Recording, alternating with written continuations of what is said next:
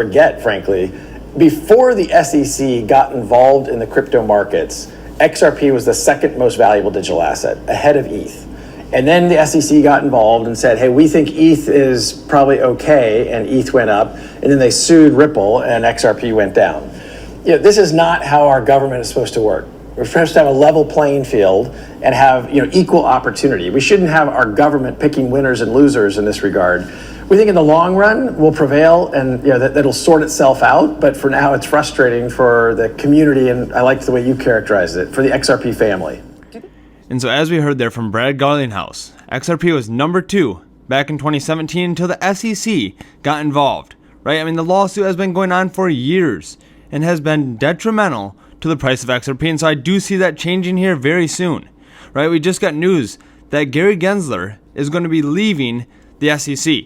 And so I think that's very positive news for Ripple and the price of XRP moving forward. And so as we can see here, Ripple is currently trading as number 6 out of all cryptocurrencies. And so I do expect XRP here to get back up in the top 3. We could see it overtake BNB and Solana, and I could potentially see us overtake Ethereum as well. And so that's definitely something to keep in mind. We could get back into that number 2 position here very shortly. And so XRP currently trading at $1.40. And so it is going up significantly over the last couple of weeks. And so we're going to be talking about that in this video. If you enjoy this type of content, do me a favor and hit the like button and subscribe for future videos. If you are interested in trading XRP, there is a promotion going on right now on Margex Exchange. If you sign up using the link underneath the video with your phone number and email, you can claim $20, and then you can also follow some of these other steps here to earn more money, right? Just by depositing $200 here, you can earn another $100 of USDT, and so I definitely recommend checking that out. Let's go ahead and take a look at the news here. SEC, Chair Gensler to depart the agency on January 20th. And so this is some of the best news that we have heard in a while regarding XRP and the SEC, right? I mean, this lawsuit has been dragging on for years and years.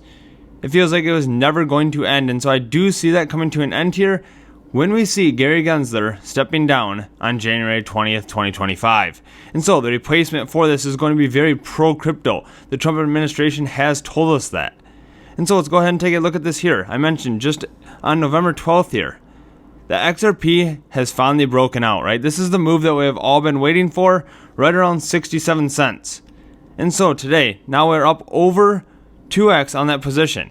It's currently trading at around $1.40, and we can see it here on the chart, right? We can see the breakout here. We can see we broke out, and now we are up significantly.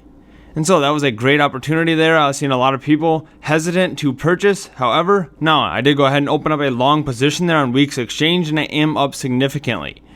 Now let's go ahead and take a look at this here on X here. I posted that Ripple has assigned bank IDs to over 500 banks. And so I do have a clip here showing the different banks that have bank IDs on the Ripple documentation. If we go ahead and take a look at that here, we can see the different bank IDs. We can see for Australia, China, Hong Kong, Philippines, Singapore, Thailand, and Vietnam, right? With the majority of these being over in Asia. And so on this post here, I got a lot of comments asking where is the USA, right? I mean, well, the SEC has been suing Ripple for many years. And so I'm not surprised that the United States is not listed on there, right? Ripple is going to look outside of that.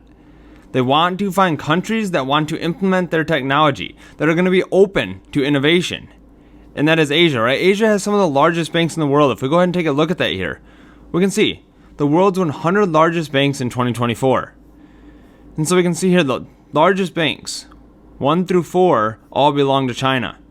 Now we have banks 5 and 6, which is JP Morgan and Bank of America, belonging in the US. We have HSBC, which is number 8 in the UK.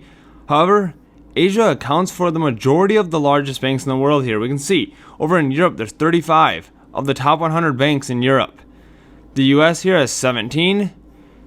And so if we go ahead and take a look at Asia Pacific here, we can see they have 43% of the 100 largest banks in the world in Asia. And so, with Ripple targeting Asia and starting to work with them, I think this is very positive for Ripple moving forward. Now let's go ahead and take a look at the volume for Ripple. Now, just last week, we can take a look at flows by asset here. If we're taking a look at XRP, the week flows were $4.3 million. Now, $4.3 million moved the price significantly. If we go ahead and take a look back at this chart here, we can see last week is this massive candle here, right? Going from about 60 cents all the way up to about $1.05. Now that was a 76% move, but we can see here that the flows by asset was only $4.3 million. And so this is definitely showing that it does not take much to start moving the price of XRP now. And so the change in administration has been very positive for the price of XRP. Now let's go ahead and take a look at this information. Here we have Brad Garlinghouse that has met with Donald Trump. And so markets have responded to Trump's win. He's bringing back crypto to America, right? And so Congress will make sure U.S. innovation gets the regulatory clarity that it deserves. And so if we go ahead and take a look at this here, we can also see that Trump's White House considers a landmark role for crypto policy, right? And so they are looking to establish a crypto role specifically in the White House. This just shows that they are very pro-crypto, right? I mean, they're meeting with some of the largest leaders in the world. Donald Trump also met with the CEO of Coinbase as well. Now let's go ahead and take a look at the overall market. Let's take a look at where we are at. Bitcoin currently right around $98,000. And if we're taking a look at total to market cap here, which is altcoins subtracting Bitcoin.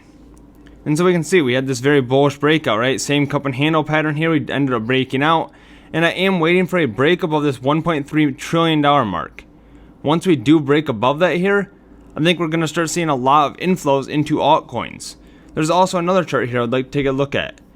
We can see here, this is the others divided by Bitcoin. And so we can see back in 2017 here, this is the altcoin rally. Right, we can see the same thing here in 2021. We had a massive altcoin rally as well. And right now we are sitting at the support line, right? We're right at the bottom of the support.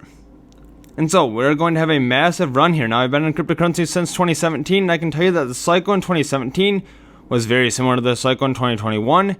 And so far, the cycle is very similar in 2024. And I do think that we're going to start seeing a transition into altcoins into 2025. And so I definitely think that's something to be paying attention to. There's a lot of opportunities out there right now to make massive gains, right? I mean, I'm personally just have been accumulating over the last couple of years, and now I'm going to be sitting on those positions making massive gains. And so if you enjoyed this video, do me a favor and hit the like button and subscribe for future content. And as always, this is not financial advice, this is just my personal opinion. Thanks for watching, I hope to see you in the next video.